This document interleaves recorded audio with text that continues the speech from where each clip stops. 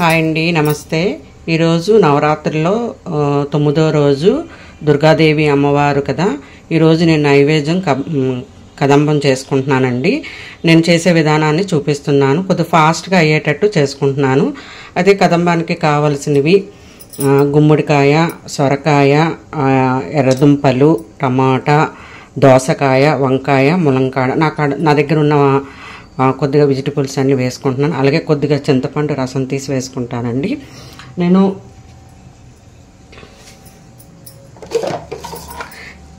ఈ గ్లాస్కి half glass rice తీసుకున్నానండి. అంటే హాఫ్ గ్లాస్ మీద కొద్దిగా. అలాగే ఈ గ్లాసులో హాఫ్ కందిపప్పు, పెసరపప్పు కలిపి తీసుకున్నాను. ఇవి రెండు నేను మంచిగా కడిగి పెట్టుకున్నానండి. ఇప్పుడు ఈ వెజిటబుల్స్ వేరే గిన్నెలోని, పప్పు ఒక వేరే గిన్నెలోని రెండు కుక్కర్లో పెట్టి ఒక 4-5 విజిల్స్ వచ్చే వరకు ఉడికించేసుకొని తర్వాత పోపు పెట్టుకోవడానండి. పప్పు, వెజిటబుల్స్ ఉడికిపోయాయండి. ఇప్పుడు ఈ రెండు కలిపి నేను పోపు పెట్టుకుంటున్నాను. స్టవ్ వెలిగించి కళాయి పెట్టుకున్నానండి. ఇప్పుడు ఆయిల్ వేసుకుందాము. కళాయిలో ఒక చిన్న గరిటతో ఒక 2 గరిటెలు ఆయిల్, కొద్దిగా ఆయిల్ వేడెక్కాక పోపులు వేసుకుందాము. ఆయిల్ వేడెక్కిందండి. కొద్దిగా జీలకర్ర,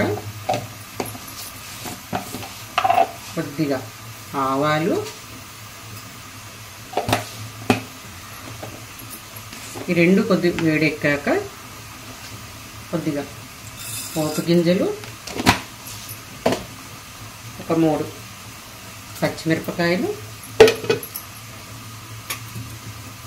ఈ కొద్దిగా వేపుకుందాము.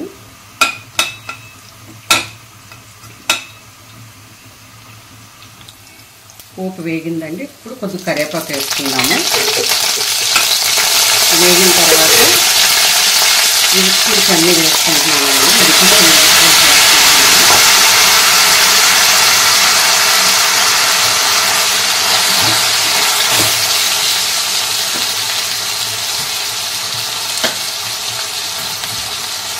ఉడికించిన రైస్ని కూడా వేసుకుంటున్నాను నేను.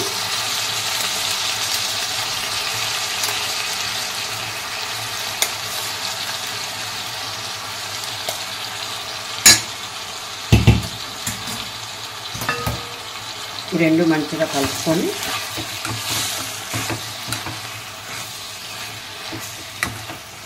ఇందులో కొద్దిగా కారం, సరిపడంత కారం, ఎందుకంటే పచ్చిమిర్చి వేసాం కదండి.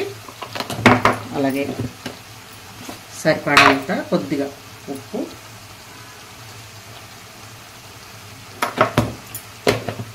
కొద్దిగా సాంబార్ పొడి కూడా నేను ఇంట్లో తయారు చేసుకుంటే కొద్దిగా వేస్తున్నానండి. అలాగే కొద్దిగా చింతపండు అండి, చిన్న బెల్లం, ఇవన్నీ మిక్స్ చేసుకొని మనకి కొద్దిగా చిక్కగా అనిపిస్తే కొద్దిగా వాటరు మనం కలుపుకోవచ్చండి. పలుచగా కావాలంటే కొద్దిగా పలుచగా చేసుకోవచ్చు, లేదంటే ఇది కొద్దిగా పలుచగా ఉంటేనే బాగుంటుంది. నేను కొద్దిగా వాటర్ వేసి కొద్దిగా పలుచగా చేసుకున్నానండి. ఇది చల్లారైతే కొద్దిగా గట్టి పడిపోతుంది. దీన్ని ఒక 15 మినిట్స్ మగ్గనిద్దామండి. ఇవ్వండి, కదంబము నైవేద్యము రెడీ అయిపోయింది. ఇప్పుడు ఒక గిన్నెలోకి తీసుకొని మనం దేవుడికి సమర్పించుకోవడమేనండి.